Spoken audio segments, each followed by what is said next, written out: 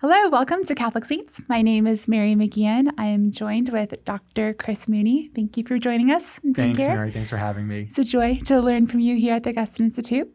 We are going to talk about another life of the saint today. We're going to focus on Saint Elizabeth Ann Seton. Her feast day is January 4th. And we were just mentioning how she is such a well-known name. So many people know of her. Yeah. At least her name, but sometimes we don't actually know her story or where she came from or what impact she made. So where should we start about Elizabeth? Yeah, I was wondering the same thing because she's a remarkable saint. So there's so many things that we could say about her. And I think this is one reason why she's so well known. She is the first U.S. citizen to become a saint. Okay.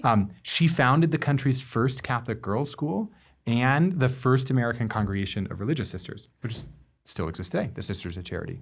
She is, I was kind of struck by all the things that she's known as the patron saint of. Patron saint of Catholic schools, patron saint of widows, patron saint of the loss of parents, and patron saint of the loss of children. Patron saint of people who are ridiculed for their piety, patron saint of people who have in-law problems. Really? And it's because, as I think people will hopefully can get a taste of, listening to this. She lived a remarkable life. Yes. But one of the things that I'm drawn to that I think, at least I would, one place where I think would be interesting to start is to recognize that she lived in some ways a seemingly ordinary family life, but surrounded by much suffering. So when she was just a toddler, her mother and her younger sister died. And then her stepmother, her father married again, but her stepmother later abandoned the family and her. Oh, wow.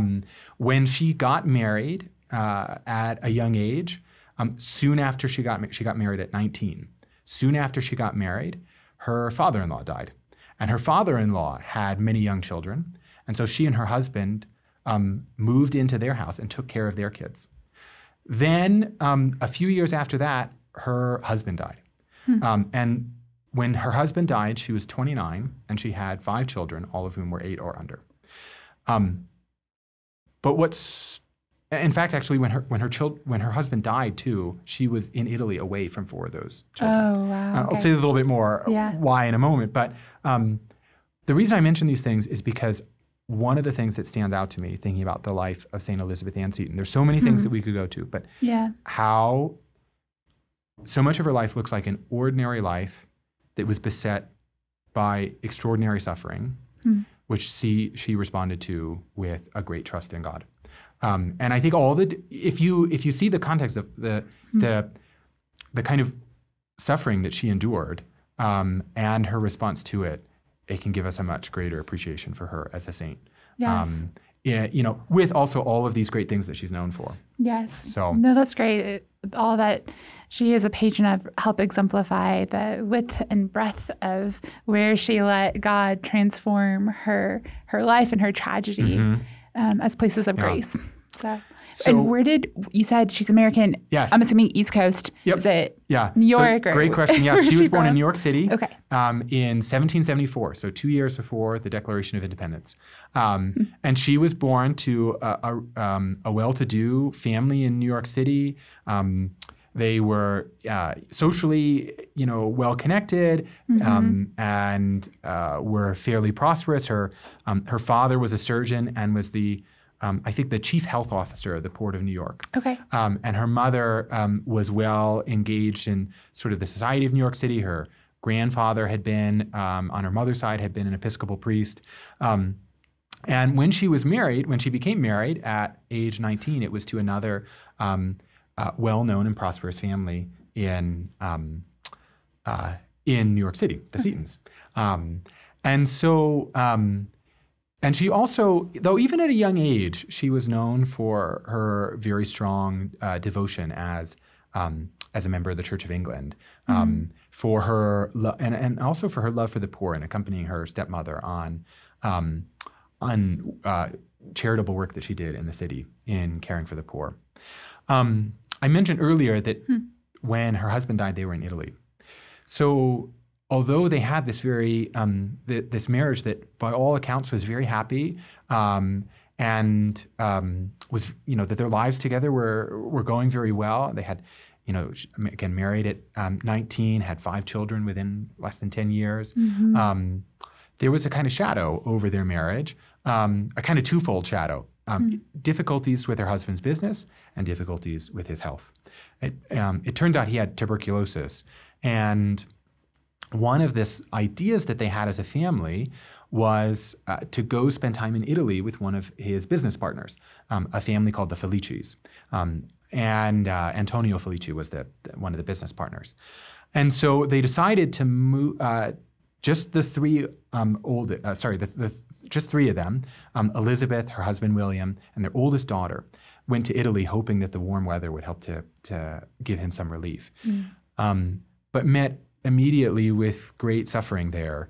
They were, because of concerns about health, not actually related to the tuberculosis directly, but they were put into quarantine for 30 days. And meanwhile, his health continued to deteriorate. And it was after they were released from quarantine as a family that he died, 2 days after Christmas in 1803, when she was, as I said, 29 years old. And the Felici family, whom they had gone to be with, immediately took them in. Saint Elizabeth left us these great diaries, and you can already get a sense of her trust in God at this point. Just one example from her diary at the time, she wrote, "Oh, my Heavenly Father, I know that these contradictory events are permitted and guided by thy wisdom." I think this really captures the disposition she had. But something unexpected happened while the Felicis took her in and were caring for her, which is they started to introduce her to the Catholic faith. Saint Elizabeth Ann Seton writes in her diary that initially she kind of laughed them off. She said, these charitable Catholics are trying to push their faith upon me. And so she didn't take it too seriously. But over time, certain things started to grow on her. It may be helpful to remember, think about the society she was born in, the time she was born in, and the place in New York City society that she was born in. She knew Catholics only as immigrants whose faith was looked down upon, as being backwards and superstitious. And yet meeting the Felicis really, and being in Italy, totally changed things for her. So the Felicis, Antonio and Amabilia, really struck her. So Amabilia would rise every morning at 4 a.m. for Mass and showed her great devotion. Mm-hmm. And yet St. Elizabeth was also impressed by how cultured they were. Amabilia spoke 5 languages. Yes. Antonio had a background in philosophy. They introduced her to a friend of theirs who was a Jesuit priest. They gave her St. Francis's Introduction to the Devout Life. They took her to visit churches. And, she mentions that this Episcopalian priest who was, I think, her spiritual director that she was close to back in New York City, had warned her not to be taken in by, the smells and bells of Catholicism. This is a kind of a very 19th century warning. But Elizabeth, in visiting Italian churches, realized this isn't just smells and bells. This is actually a way of totally expanding my sense of worship, of glorifying God in a way I've never thought of before. She says, oh yeah? So a quick one. As I'm hearing this, potentially having been in America, where she's coming from more an affluent family and upbringing, what her experience of Catholicism is in America is it's more of a poor immigrant culture community, and almost that bias against it. And exactly. Yeah, it's just Italy might have been one of the first times where she was able to see it in a new light. Yeah, it's interesting to think of other examples. I know of this. Some people who might know a little bit about the history of St. John Henry Newman too. Newman, who's also a great 19th century convert, took a famous trip to Italy, and he had only known sort of working class Catholics, and then was suddenly exposed to this whole new life in Italy. So this is kind of what happened to Saint Elizabeth when she was in Italy. I think it's a good point to highlight, because we often take that psychological and sociological just reality as we're trying to understand the minds and life of the saints. Yes. Of the culture in which they lived. Yeah.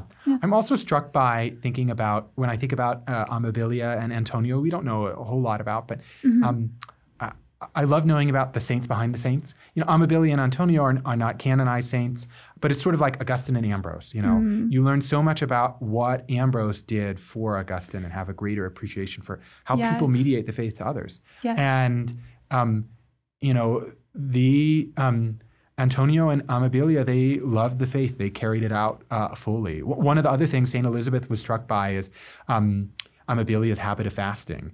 Saint Elizabeth mentions that her Episcopalian priest back in New York City had said fasting was an outdated practice, that they didn't really do that anymore. But Elizabeth couldn't help but contrast the fast that Amabilia would undertake with her own sumptuous diet as a wealthy American, Or Saint Elizabeth was also deeply struck by how Catholics revered the Eucharist. Yeah. That was, she mentions too in her diary, she writes, all the Catholic religion is full of those meetings which interest me so. And she mentions particularly how, she uses the word awful to describe how she approached the Eucharist, because she was just blown away by it. And I think was deeply consoled by the reality, perhaps and we can see this not as, a kind of psychological, false comfort in the midst of her suffering, but a real comfort, because she found that in the Eucharist was the highest expression she had ever known of God's desire to truly be present with her in the midst of her suffering. She recounts one story that when she was in Italy, a Eucharistic procession was passing by, and she just couldn't help it. She fell down in adoration.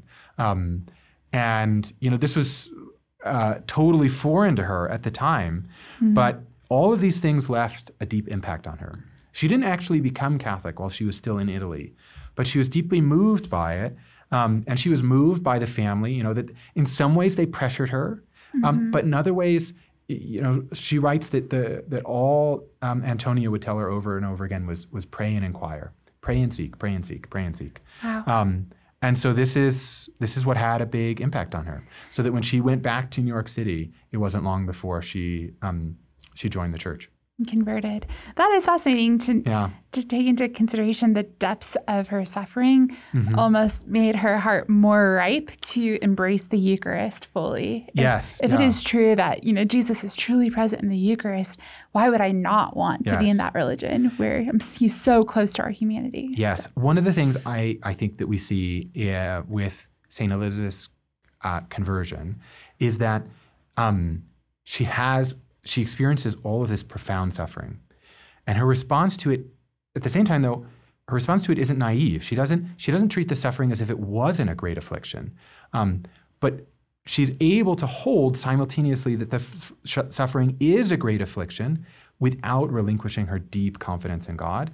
And so for her, I think seeking the Lord's consolation is not a sign of weakness, but a sign of her strength.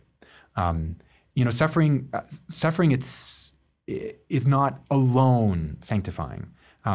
Suffering invites our deeper trust in God, and God sanctifies us through suffering because of our response to it and our response to Him. And I think Saint Elizabeth is a great example of that. And her suffering didn't just end when with these immediate tragedies of the death of her family members, because for her becoming Catholic was not well received when she was back in New York City. The sense that I get from her life is that her family had a kind of, well, we're okay with you being Catholic as long as you don't care that we become Catholic, to which, of course, St. Elizabeth couldn't simply let go. And so her family kind of tolerated her being Catholic as long as they thought that this was a sort of private thing that she just kept to herself. But this wasn't what St. Elizabeth's faith was like. She had an earnest desire to share the Catholic faith with others. I mean, after all, if she has such a love for the Lord, if she has such a love for the Eucharist, she couldn't help but want to share it with others. And so when some of her family and her husband's family kind of caught wind of the fact that she was sharing the faith, especially with her female relatives, then she was kind of shunned from the family. And one of the things that St. Elizabeth tried to do to support her family after the death of her husband was teaching. But many of her efforts to teach and to found schools were thwarted because a lot of the Protestant parents feared that it was just a proselytizing effort. So she found that a lot of people lost trust in her because of that. Did she work in a particular area where there were more Catholic families, I'm assuming? Eventually. She has to eventually move out of New York City. She moves to Maryland. And in, I think it's in 1809, when she was 35, she ended up starting a congregation of sisters. Again, another way that she responded to the Lord's call. And simultaneously with starting the congregation of sisters, she started a Catholic girls' school. And St. Elizabeth cared deeply about education, deeply about providing education for girls, and especially for girls whose parents couldn't afford it. So one of the big missions of this school was to provide free education for children. Now, the interesting thing, it's almost hard for us to picture, so many things going on in this woman at the same time. Yes. She's a mother of her religious community and a mother of her children, and she's leading this school. One of the ways she made it happen, though, is that she brought her daughters into her own school. So that they could still be connected there. And her boys went to, I think, a nearby Catholic school. That's smart. Yeah. With you into the school that I'm creating. Yes. Responding to God's direction with that. Fascinating. I'm very struck by how many motifs in her life just resonate so much with us today, in even just tension in family life when maybe you're fresh into your conversion of the faith and the adversity you face. That I would love for you to repeat one more time what you were mentioning about consolation, because I didn't fully understand that. Sorry. But in the times of despair or tragedy and suffering, it was a part of her strength to seek consolation. Yeah, what I meant was, let's say someone wanted to, let's say someone looked negatively at St. Elizabeth's life for some reason. And they might think, oftentimes people undergo, great religious upheavals in order to sort of they can't deal with the stress of suffering. Mm-hmm. But I just don't think that matches the facts of Elizabeth's life. That I think it's because she responded to suffering with a great desire to seek the face of God more and more, which was consistent with her whole life. Mm-hmm. She had always wanted to know God more and more. If I can share another quote she wrote in her diary too, "God has given me a great deal to do, and I have always and hope always to prefer his will to every wish of my own." Mm-hmm. And this is her lifelong desire. Mm-hmm. So I think we can look at her conversion and the decisions she made in light of that and say, actually, no, these weren't accidents. They really are consistent with, yes, they're prompted by her suffering, but they're really consistent with it. And that she seeks a deeper union with God, and that in itself is consoling. Yes. So, yes. Consistent with her constant search and looking and hunger to follow God and his will in her life, and also struck how she and her husband were just doing the prudent business things, like let's go to Italy, let's try to improve your health, let's look at meet with this business partner, and how just almost in their human path, like I don't know, that's where God encountered that. That's where she encountered the faith, and she was just being obedient to her daily next step of what we need just for our family, and how God is constantly pursuing us, within the reality of where we're at. Does that make sense? Yes. And maybe part of the reason I mentioned this is, I said at the start, she's patron saint of people who are rejected for their faith, among other things. And you can imagine how, her family met her conversion so skeptically. Mm-hmm. You went off to Italy, your husband died. Surely this is maybe they thought you'll grow out of this. And that's what I mean about her response not being out of weakness, but out of strength. Yes, thank you. Because it was consistent with her whole lifelong desire to know the Lord more and more. Absolutely. And it was very fruitful too. Two of Elizabeth's, St. Elizabeth's sisters-in-law joined the church later in her life. Okay.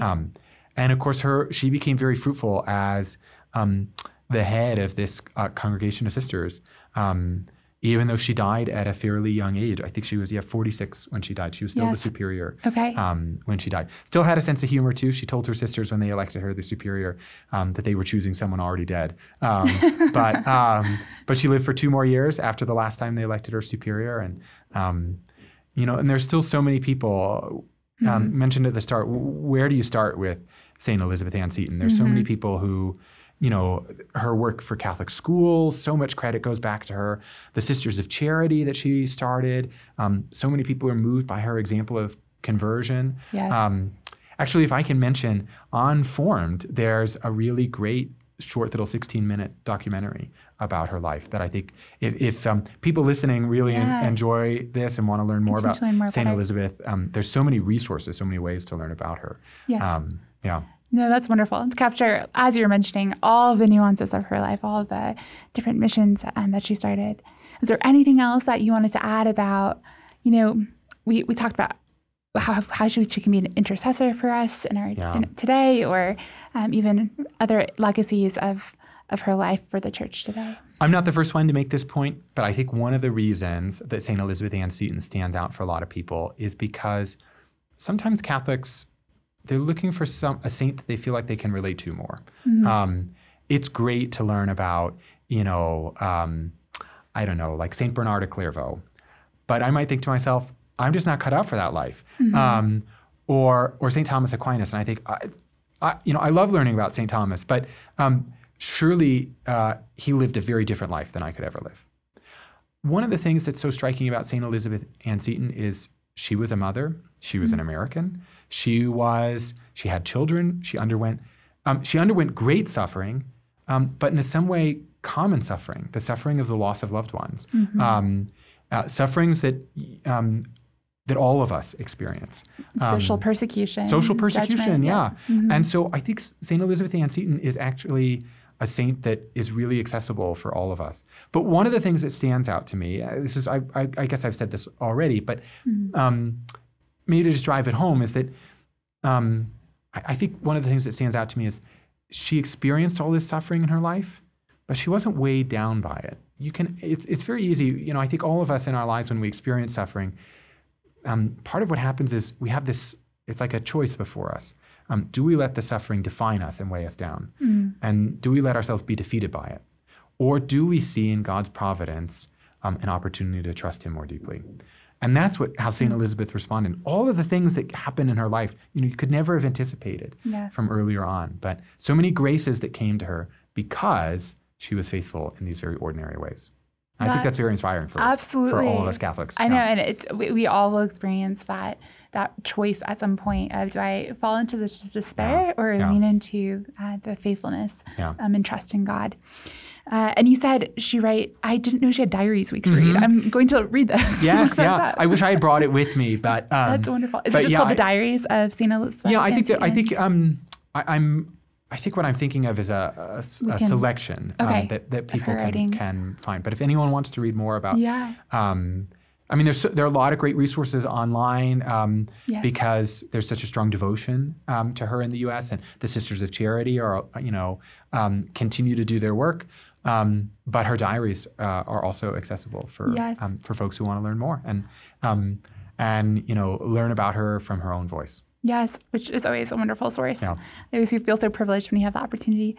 And finally, I was just once again also struck by their friends, of how I think we all have experiences of friends who have almost put these irresistible question marks of faithfully living to the faith that make you kind of just struck to reconsider your own life and how you're living different aspects of your faith. Like if they're so joyful or such reverence, they just almost juxtapose what is often seen in the world. And how can we also be like those friends, those saints behind the saints who are nudging people and planting seeds along the way? Yeah, I hope people who, persevere to this point listening to this episode, I hope they learn from St. Elizabeth Ann Seton, but I also hope they learn from her friends, from Antonio and Amelia and others who encouraged her along the way. Well, thank you. Thank you for that beautiful reflection about St. Elizabeth Ann Seton, and thank you for joining.